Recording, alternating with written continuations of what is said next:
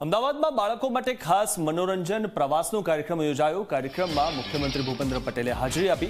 કેન્દ્રીય ગૃહમંત્રીએ 2 વર્ષ પહેલા શરૂ કરાવ્યું હતું આ અભિયાન। રમશે બાળક ખીલશે બાળક અભિયાનને સારો પ્રતિસાદ મળી રહ્યો છે, ત્યારે બીજા અને ચોથા શનિવારે યોજાય છે આ મનોરંજન કાર્યક્રમ। આજે ગોતામાં ફન બ્લાસ્ટ ગેમ ઝોન ખાતે આયોજન કરવામાં આવ્યું હતું અને સીએમએ બાળકો અને આંગણવાડીની મહિલાઓ સાથે સંવાદ કર્યો। બાળકોમાં મોબાઈલના ઉપયોગ મુદ્દે સીએમએ વ્યક્ત કરી ચિંતા અને મોબાઈલ અંગે મુખ્યમંત્રી ભૂપેન્દ્ર પટેલે સૂચના પણ આપી છે। બાળકો મોબાઈલથી દૂર રહે તેનું ધ્યાન રાખવા વાલીઓને સૂચના આપવામાં આવી છે। માતા પિતા સાથે બાળક વધુ સમય ગાળે તેનું ધ્યાન રાખવા પણ સૂચન કર્યું છે।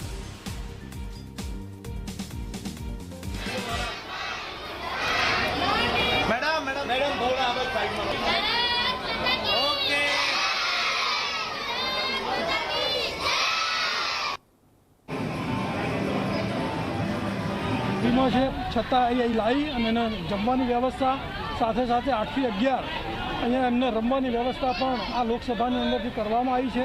એટલે આ જ લોકસભાની અંદર સીએમ સાહેબનો પણ વિધાનસભા એરિયા આવે છે, તો સીએમ સાહેબ પણ આજે આ મુલાકાત લીધી અને બાળકોને પ્રોત્સાહન આપવાનું કામ કર્યું। સીએમ સાહેબ આંગણવાડીના બાળકોને એન્જોય અને એમને થોડી મજા આવે એના માટે એમને સાહેબની વિધાનસભા બી આવે છે, એટલે સાહેબે એવું કીધું કે ભાઈ બાળકો આવે છે તો મારે બી આવવું છે, એટલે બાળકોની સાથે સાહેબને નાસ્તો અને રમકડા વિતરણ દર વખતે ચાલે, પણ આ વખતે સાહેબે પણ રમકડા વિતરણને નાસ્તાનું વિતરણ કરાયું અને બાળકોને બધાને એન્જોય ફૂલ મજા કરી। ये 2 साल से कार्यक्रम चल रहा है।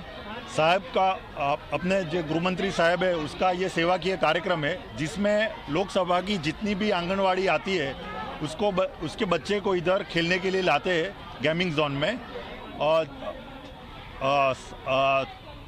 दूसरा और चौथा शनिवार को तो यहाँ बच्चे लोग आते हैं आंगनवाड़ी के, यहाँ खेलते हैं, इसको हम पौष्टिक खाना देते हैं और बाद में उसको आंगनवाड़ी के पास भेज देते हैं।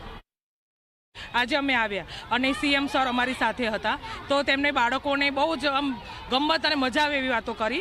બાળકોના નામ પૂછ્યા, પછી બાળકોને કીધું કે તમારા મુખ્યમંત્રીનું નામ, તમારા ગૃહમંત્રીનું નામ, તો બધા બાળકો બોલ્યા। પછી બાળકોને એવા પ્રશ્ન પૂછ્યા કે તમારા ઘરમાં વધુ કોણ લડે, મમ્મી કે પપ્પા, તો બાળકોએ તેવા જવાબ આપ્યા। બાળકોને એવું પૂછ્યું કે તમે ફોનનો ઉપયોગ કરો છો, તો બાળકો કે ના, અને અમુક થોડાક બાળકો કે હા એમ, એટલે કરી હા સરે સરસ ટકોર કરી કે જો બાળકો મોબાઈલ આપણા માટે સારી વસ્તુ નથી, એટલે મોબાઈલથી બને તેટલું દૂર રહેવું, અને આવી રીતના એમ કે તમારે મમ્મી પપ્પા સાથે પ્રવાસમાં જવું, બધી સારી જગ્યાએ એમ કે એવી રીતના ઘણું સરસ સંદેશ સરસ આપ્યો।